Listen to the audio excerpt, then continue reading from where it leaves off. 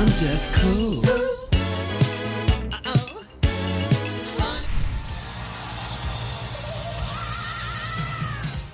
Terry and Jimmy come in. I had no idea what he had in his mind. So me and Jesse Johnson and Prince sitting in the studio, and Terry and Jimmy come in, and he's, you guys are fired. Prince assembled The Time as a band in an agreement with Warner Bros.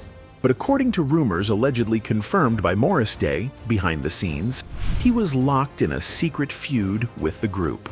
From collaborating on memorable songs like Jungle Love, Wanted to stay a while, see how it's done. to growing so far apart that Morrison Day called him a control freak. This dude was such a control freak that I thought that, you know, because I renamed the group, it used to be The Time. When I started touring, I changed it to Morris Day and The Time. It appears this was not even so much a secret feud, at least not with how openly Morris Day has discussed it so far. Let's get into it. Prince formed The Time in 1981 as a funk and R&B band.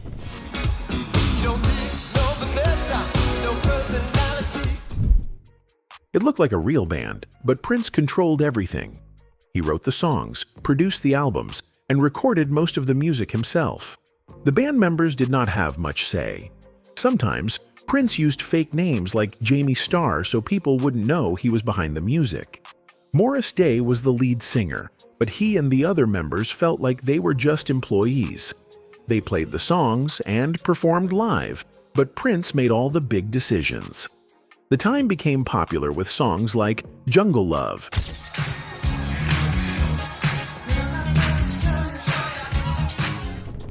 and The Bird.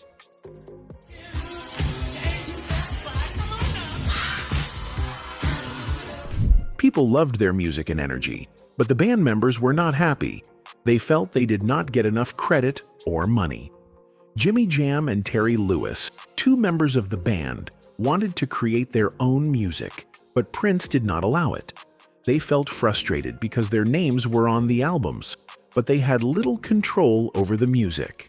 Back in the day, he didn't want us to produce other groups, and we actually produced the SOS band. Yeah. And it was a song called Just Be Good to Me. And literally the same night that we were supposed to mix the SOS band, we had gotten called to the studio by Prince. I mean, I knew Terry and Jimmy were moonlighting, and I was like, awesome, because I really wanted to do the same thing. In 1982, The Time went on tour with Prince and his band, The Revolution. A rivalry started between the two groups. The Time wanted to prove they were just as good, so they gave their best performances every night. Prince did not like that. During another tour, The Time had to play behind a curtain as the backup band for another group, Vanity 6. The band did not mind because they got paid extra for it. Terry Lewis once joked that it was easy money, but problems continued.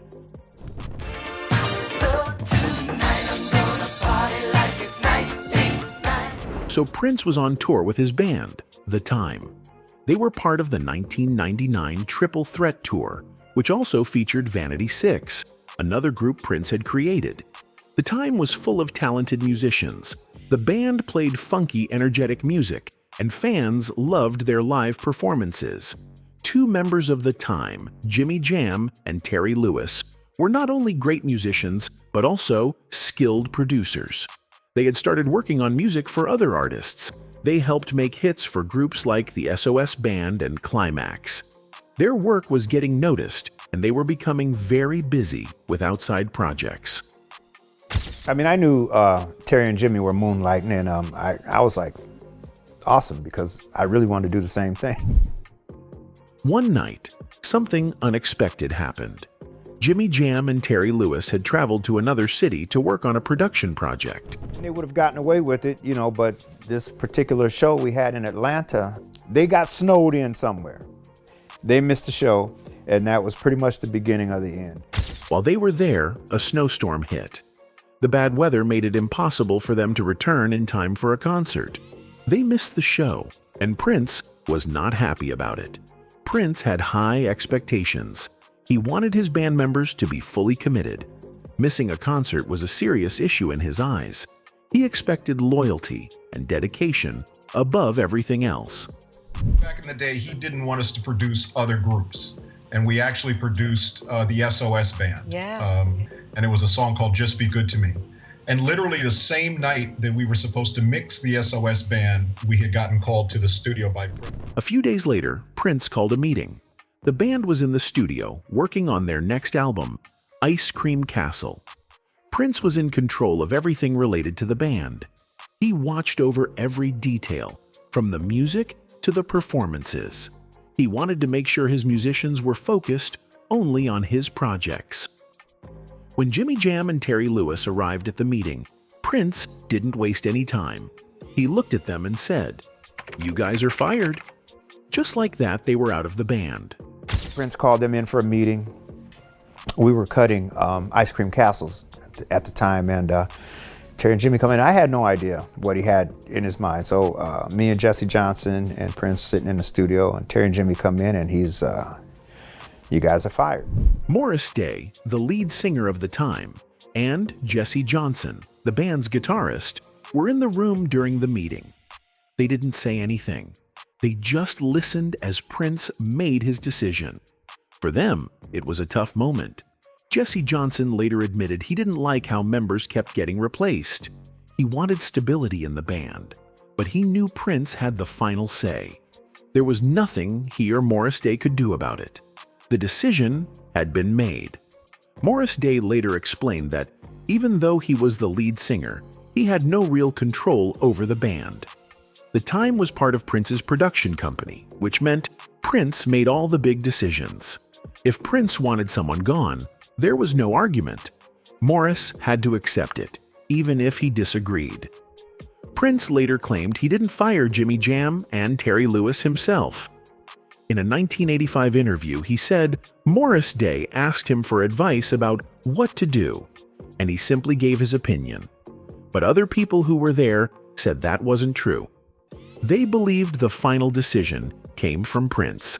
They said he was the one who told them to leave.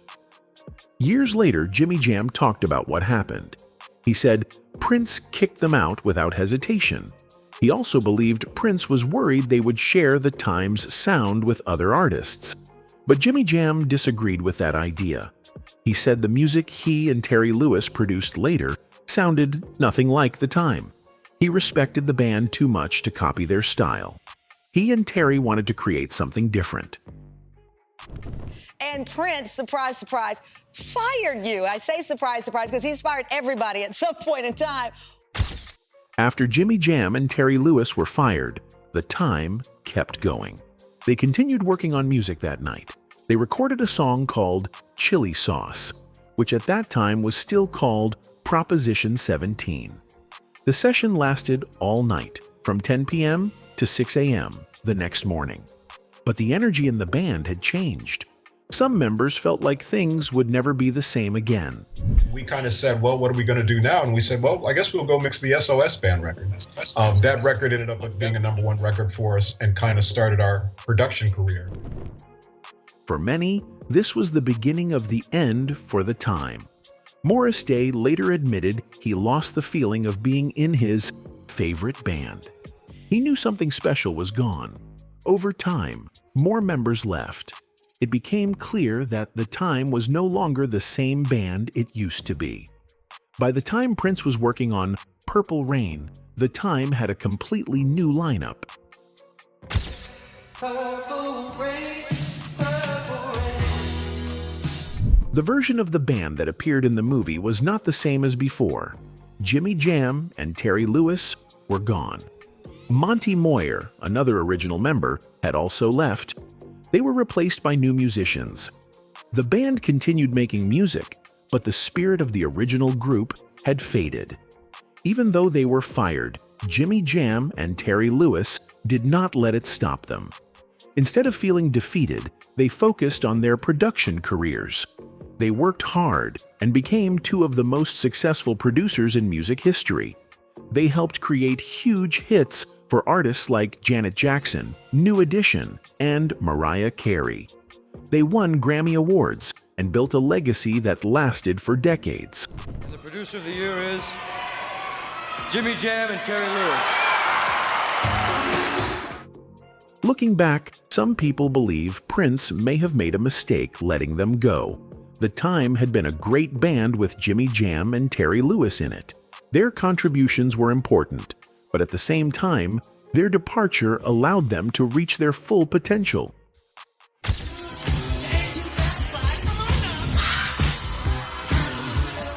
Morris Day and Prince had a love-hate relationship. They were friends, but they were also rivals. You know, he gives me a hug, he says, "I love you." And that caught me off guard because that was the first time he ever said that. Prince helped Morris become famous, but he also wanted to control him. Morris, on the other hand, wanted more freedom to do things his own way. This caused tension between them, and their rivalry only grew as time went on. Prince and Morris met when they were young. They both grew up in Minneapolis, Minnesota. They loved music and dreamed of becoming famous. As they got older, Prince became more well-known. He wanted to create a group where he could have control over the music and the people in it. That's when he helped Morris start The Time in 1981. The Time was a funk band, and Morris was the lead singer. Even though it was Morris's band, Prince was in charge behind the scenes. He wrote the songs and even played most of the instruments in the studio. Morris brought the songs to life with his energy and style. Songs like Cool, I'm just cool. and Get It Up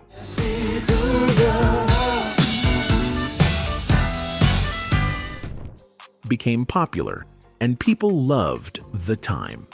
Prince was smart. He wanted to create different kinds of music without changing his own image. The Time allowed him to explore funk music while keeping his own style separate. Morris played the role of a flashy, confident frontman, while Prince remained mysterious and cool.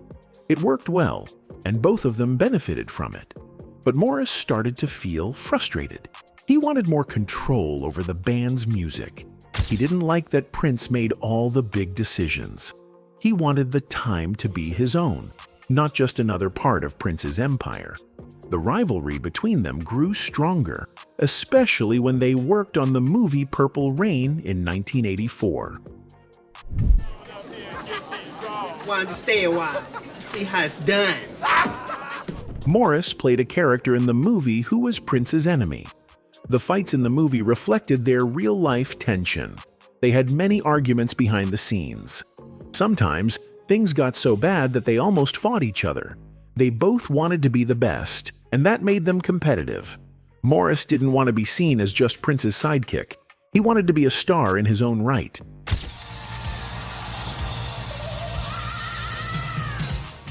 During concerts, their competition was obvious. The Time often performed before Prince's shows, and they gave amazing performances. Some nights, people even thought they were better than Prince's band. This made Prince angry because he wanted to be the best.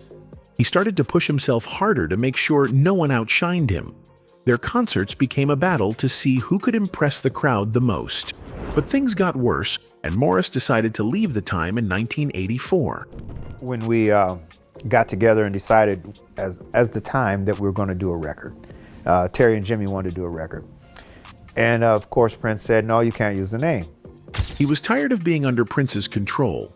He wanted to do his own thing without Prince telling him what to do. After leaving, he tried to build his solo career. He had some success, but it was never as big as what he had with The Time. Meanwhile, Prince continued to grow in fame and power. Even though they were no longer working together, the tension between them remained. This dude was such a control freak that I thought that, you know, because I renamed the group, it used to be The Time. When I started touring, I changed it to Morris Day and The Time. I later found out that legally, I can't use The Time to record, but he can't stop me from using The Time as a touring name. So legally, there was nothing he could do. So I just wonder if he might have tried to shut me down. Despite their rivalry, there was always a deep respect between them. They knew each other's strengths and understood that their competition pushed both of them to be better. Over the years, They reunited a few times. In 1990, Morris came back to The Time for their album Pandemonium. By this time, Prince was not as involved with the group, but his influence could still be felt in their music. As time passed, they both spoke about their relationship in interviews. They admitted that they had many ups and downs, but they also acknowledged how much they learned from each other. Morris knew that without Prince, he might not have had the same opportunities. I understand why. See how it's done. When Prince passed away in 2016, Morris was deeply affected. He paid tribute to his former friend and rival, saying that he would always be grateful for what Prince did for him. He remembered their good times and their struggles, but most importantly, he remembered the impact Prince had on his life. Over the years, The Time broke up and got back together many times, but the drama never stopped. In 1990, they had to change their name to The Original Seven Ven, because Prince owned the name The Time. Even after that, Prince and Morris Day had legal fights about the band's name. Morris Day was upset with Prince's estate. He said they told him he could not use the name Morris Day and The Time. Morris had been the frontman of the band for over 40 years. He felt it was unfair.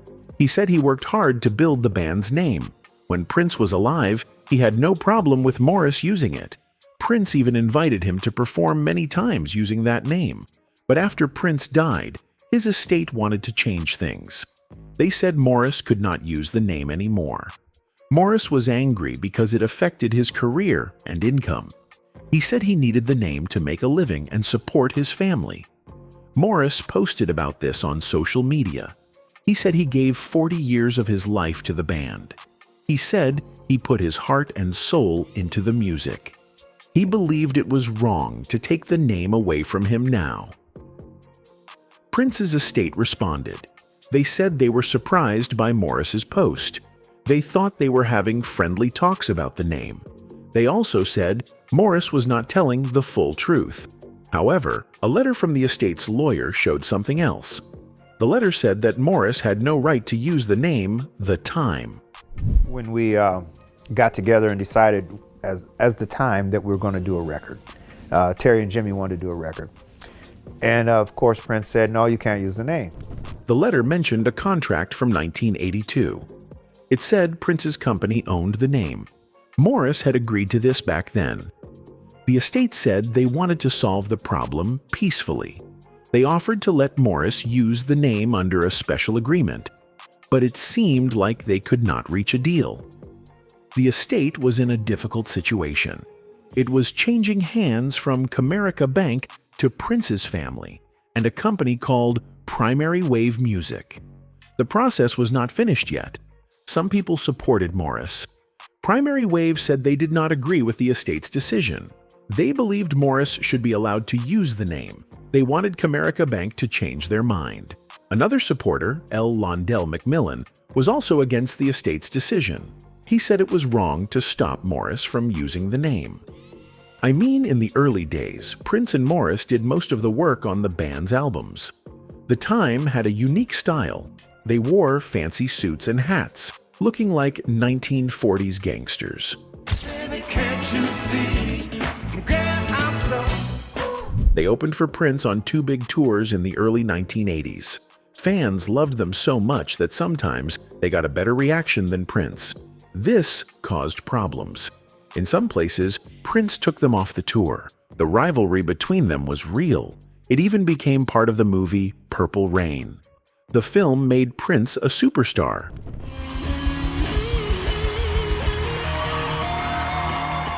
The Time also became more famous, but Morris left the band.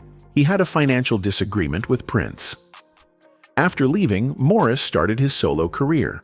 For a while, Morris and Prince did not talk, but later they made peace. The Time got back together and toured many times. Sometimes they even performed as Prince's opening act. Despite their ups and downs, they always had a deep connection. But the fight over the band's name showed that the drama never really ended. Morris wanted to keep using the name, but Prince's estate made that difficult. It was a sad situation for a band with such a long history together. That record didn't do well at all. It was sort of doomed in its own way out of the box. So, when it comes to their reunion. In 1990, the original 7 members of the band The Time came back together. We weren't able to use our signature name, The Time, so we had to be creative. The original 7. You could look at it like the original 7 members, the original 7 letters, The Time, but it didn't catch on. They reunited for the movie Graffiti Bridge and its soundtrack. They also made a new album called Pandemonium. At first, the project was going to be called Corporate World. It was only supposed to have Morris Day and Jerome Benton. But Warner Brothers told Prince that if he wanted the movie to have the company's support, he had to bring back the whole band. So, the full group reunited. This reunion gave The Time their biggest hit song, Jerk Out. Everybody knew what I was looking for. I was looking for some company. That's right. Check out. The new album had more input from the band than any of their past albums. They all wanted to be part of it. Band member Jimmy Jam said that no one needed to bring the group back together, but everyone wanted to. He said it was a great experience because they loved working together. He explained that they were serious about their music, but when all 7 of them were together, it felt like a fun party. Their energy was strong on the album, and when they performed live. The reunion did not last long. The band started having problems, and they broke up again. But Morris Day and Jerome Benton stayed together as a team. They tried acting in small roles over the next few years. In 1995, some members of The Time reunited again. This time, they added new members to the group. They brought in Tory Ruffin on guitar, Chance Howard on keyboards, Robert G.I. Grissett Jr. on another keyboard, and Ricky Freeze Smith on bass guitar. This new version of the band appeared in the movie Jay and Silent Bob Strike Back. They also went on tour, often using the name Morris Day and The Time.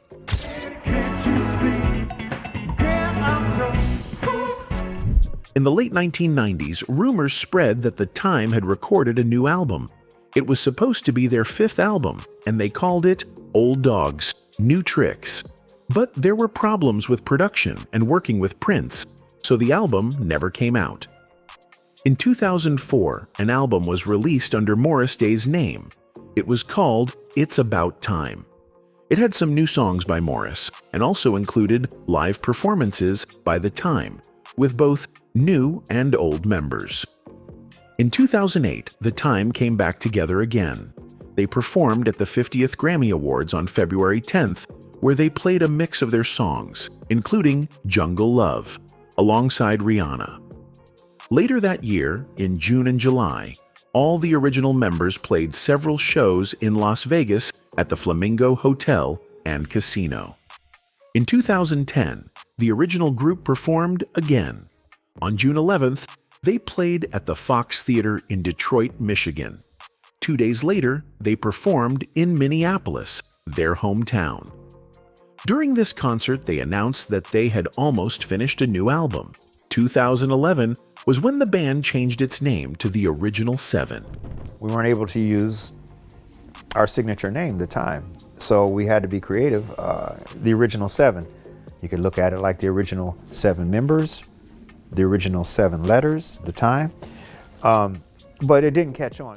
They released a new album called Condensate on October 18th. The first single, Number Trendin', came out in September. Jimmy Jam explained that they had to change their name for legal reasons, so they decided to move forward with something new. He said the new name represented who they truly were.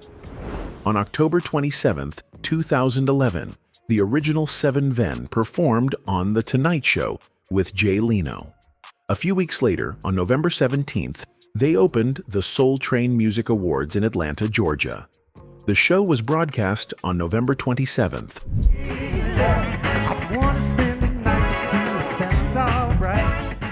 On April 21, 2016, Prince passed away at his Paisley Park home.